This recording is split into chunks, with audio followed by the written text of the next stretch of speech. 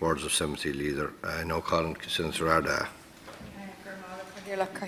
I too, on behalf of the Fianna Fáil group, would like to convey my sympathies to your family on the loss of your sister Eileen, your SJ go raibh anam dílis. I also would like to convey my sympathies in the Fianna Fáil group to Lad Alaska Hirlock and his family in the passing of his mother, Peggy. So our deepest and sincere condolences to both your families. Catherine, today I'd like to raise two matters. The first is in relation to eyesight health, eye health for primary school children. And what I'm doing is I'm calling on the Minister to introduce the first-time driving licence test requirements to be applied to primary school children, as many children are given the HSE standard eye test, which they pass, however, go on to suffer from poor sight loss and ultimately would have failed the optician's eyesight test.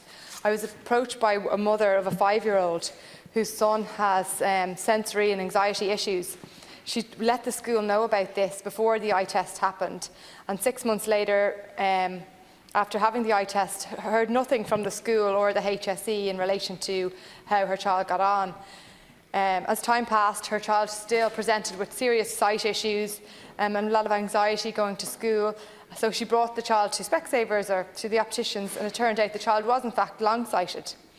Other children in the school and parents have been discussing it, and it turns out that the HSE standard eye test is quite deficient, and a lot of ophthalmologists have been agitating the HSE to implement the driving licence test and to ask that that be applied to primary school children, as it is a more effective test in ensuring that if children have issues with their sight, that it's actually identified, because the HSE test is too simple and it just does not, it's not working. So I would call on the Minister to look into this matter. The second issue I'd like to raise today is in relation to knife crime in the city. There was an incident on O'Connell Street, and then over the weekend there was a horrendous incident in Ballyfermot in Cherry Orchard. And what we saw is pictures circulating on the internet of a man's wound on his face, where you saw a cross-section. And very graphic. It was a very graphic picture. But ultimately, I think we're seeing a rise in knife crime in this city, and the government really haven't got a handle to it. There is a sort of a many-pronged approach that needs to be taken. We need to see the Gardaí resourced properly. We need to see stronger sentencing for knife crimes, and for also the sale and possession of knives.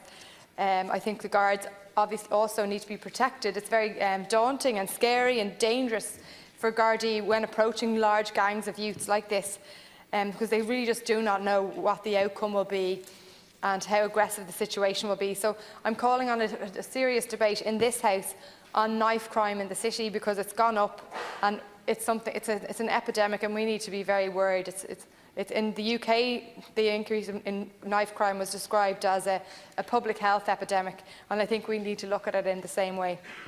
And finally, I just would like to congratulate our colleague, Grace O'Sullivan, who was elected to the European Parliament, who's still with us for the next few weeks, and wish her very well in her new endeavours and her new post. We'll miss her dearly. Thank you.